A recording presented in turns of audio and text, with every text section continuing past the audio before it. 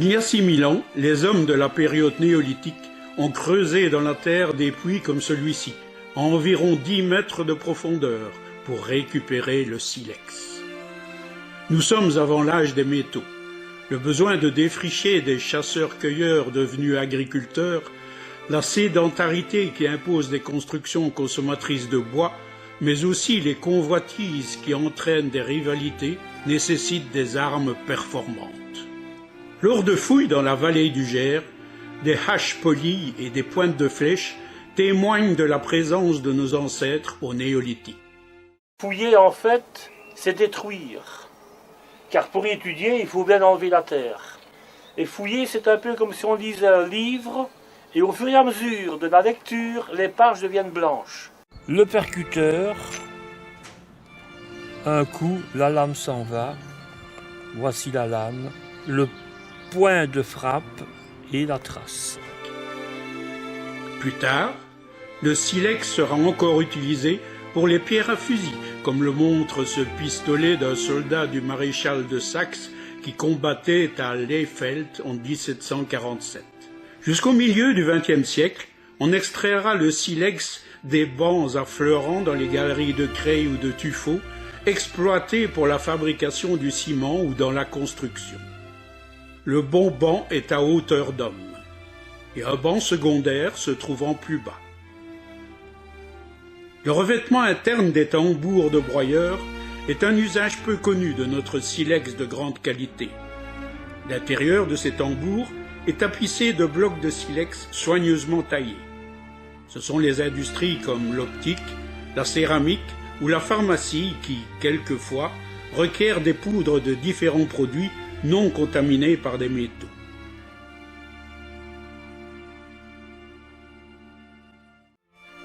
Sur le site d'Ebenezer, un moulin réduisait des galets de silex en média pour grenaillage, destinés au polissage de métaux très durs. Les galets étaient alors importés de Normandie.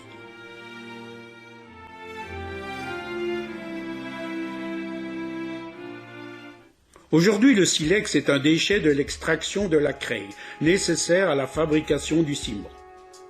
En Basse-Meuse, du côté de la montagne Saint-Pierre, ces pierres constituent des bancs séparés par d'épaisses strates de craie ou de tuffeau. Les tailleurs de silex reconnaissent les bancs qu'ils évaluent à la qualité des pierres qui les constituent. Ces bancs sont toujours parallèles et horizontaux. Un même banc se retrouve partout et dans toute la région et à la même altitude. À la carrière du Romont, d'énormes machines rongent inlassablement la colline en direction de Rimst, dégageant du même coup des tonnes de silex des différents bancs.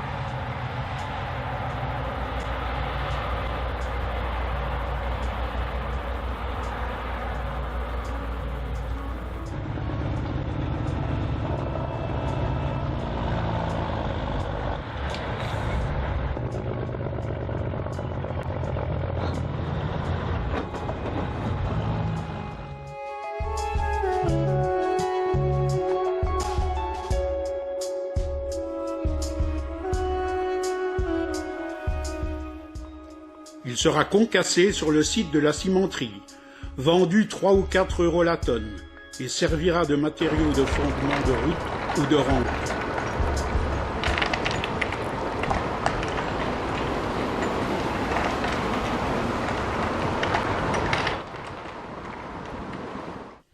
Au Crétacé supérieur, à partir d'eau de mer saturée en silice hydraté, un embryon se développe, devient de plus en plus complexe, puis évolue chimiquement en quartz, qui est de la silice cristallisée.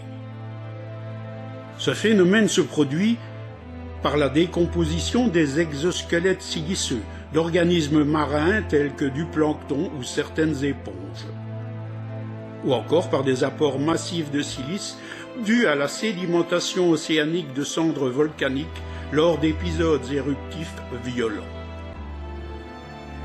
La silice précipite sur le lit des océans, sous forme d'agglomérats formant des concrétions, ou en comblant les cavités laissées dans la craie, il se cristallise.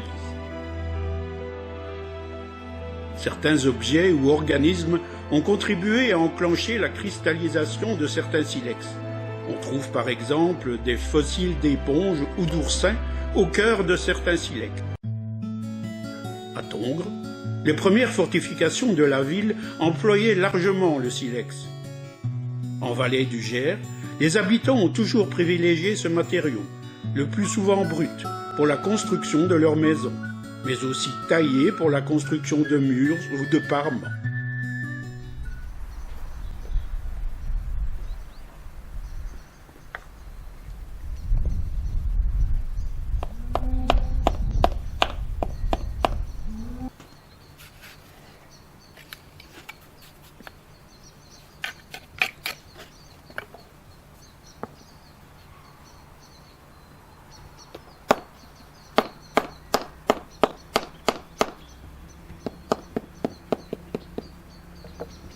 Je ne suis pas vraiment un professionnel, je suis simplement un amoureux du patrimoine.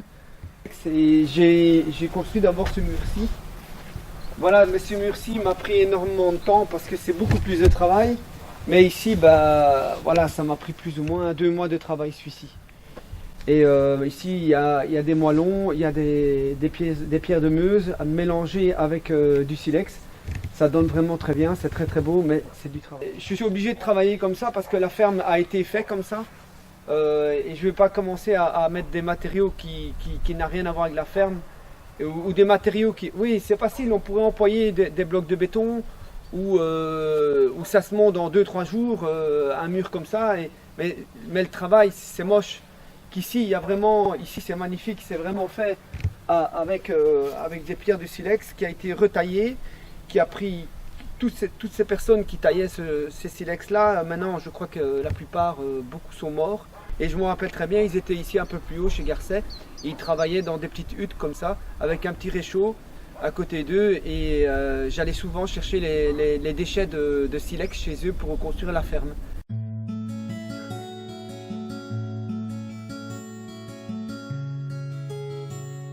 Le commencement de la ferme commence avec du silex. Pourquoi ? Parce que le silex absorbe très peu d'humidité. Et si je creuse encore en profondeur, à 1 mètre de profondeur, j'arrive encore aux fondations. Et ce qui se passe, c'est que les fondations sont beaucoup plus grandes et après ça diminue. Les murs diminuent. Et de plus en plus en montant, mais à un certain moment, il commence avec le silex et après il monte avec le tuffeau. Et tout en haut, mais les blocs de tuffeau diminuent à l'intérieur. Ce qui est vraiment magnifique avec le silex, c'est que maintenant, vous voyez, on est au mois de novembre. Et il y a le temps qui est gris et la couleur maintenant, vous voyez, elle est un petit peu différente. Le silex change de couleur avec le temps, vous voyez. Et si par exemple il y a du beau temps, il y a du soleil et tout, bah, c'est vraiment, vraiment magnifique.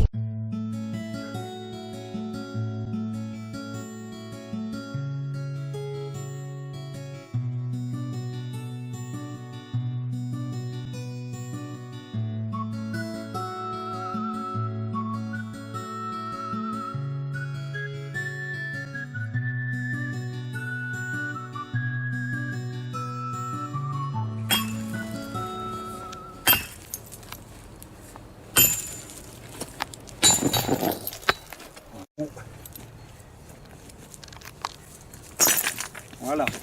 Donc là, vous avez déjà un bloc plus ou moins préparé. Hein.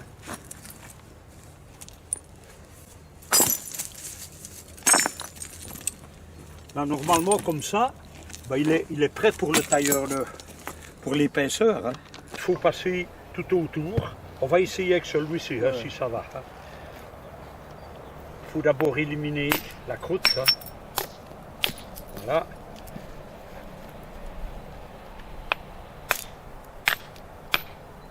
Voilà. Voilà déjà une belle face. Hein.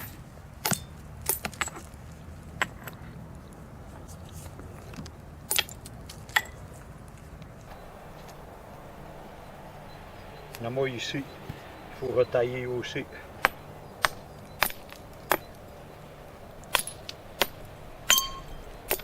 Ça sonne bien, hein? Comme du verre aussi. Comme du verre. On a fait quelques beaux silex, hein, voilà. Ouais. Celui-là, il n'y a plus grand chose à faire. Hein.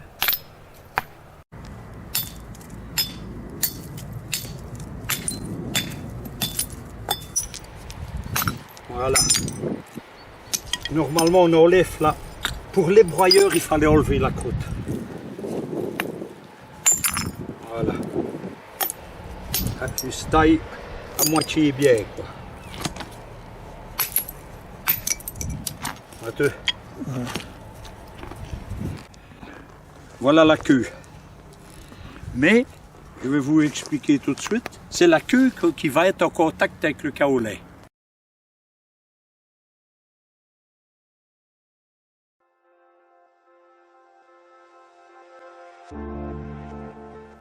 Robert Garcet, un Borin, quitte très jeune sa région natale pour s'installer dans la vallée du Gers.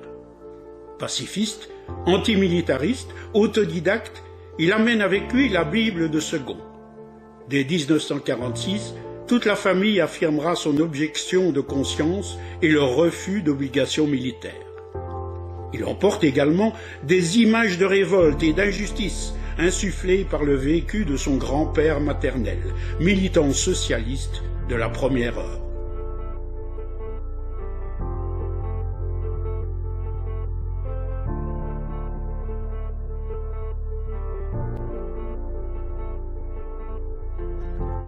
Début des années 50, Robert Garcet, devenu tailleur de pierre et exploitant de carrière, envisage la construction de sa tour, symbole d'humanité et de pacifisme.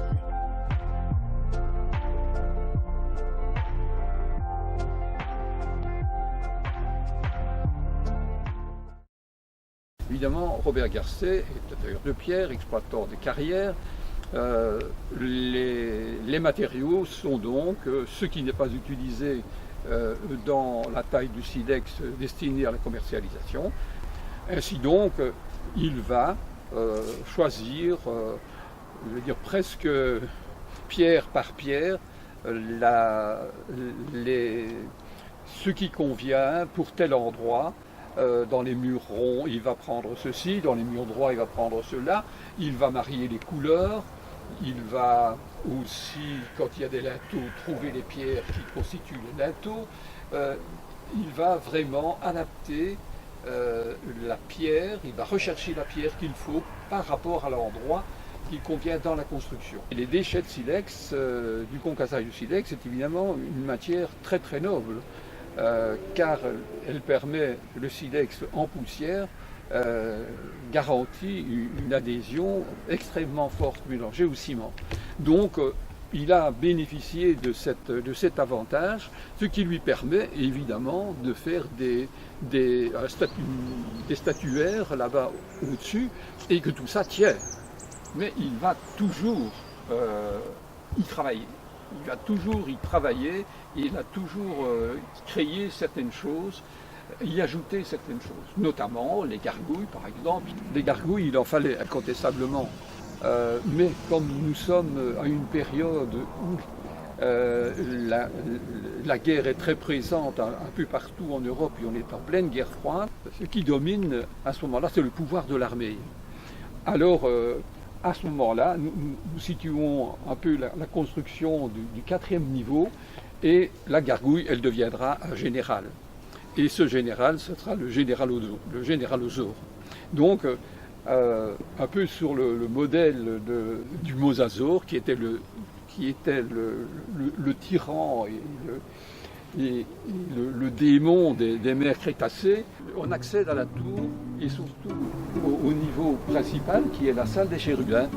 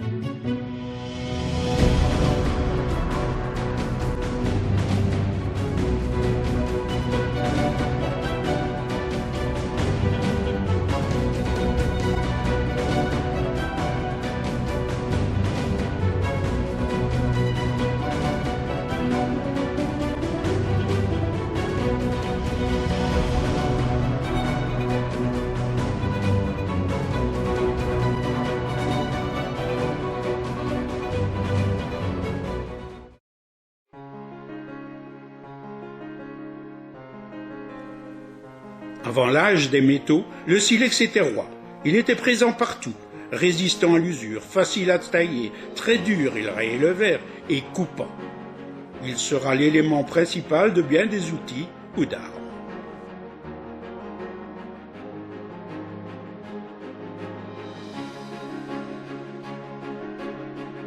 Grâce à sa disponibilité, son usage résistera encore longtemps après l'âge du bronze et même du fer.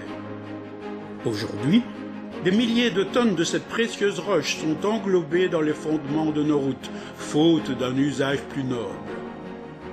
Parfois, une fois taillé, il peut trouver sa place dans les murs de parement.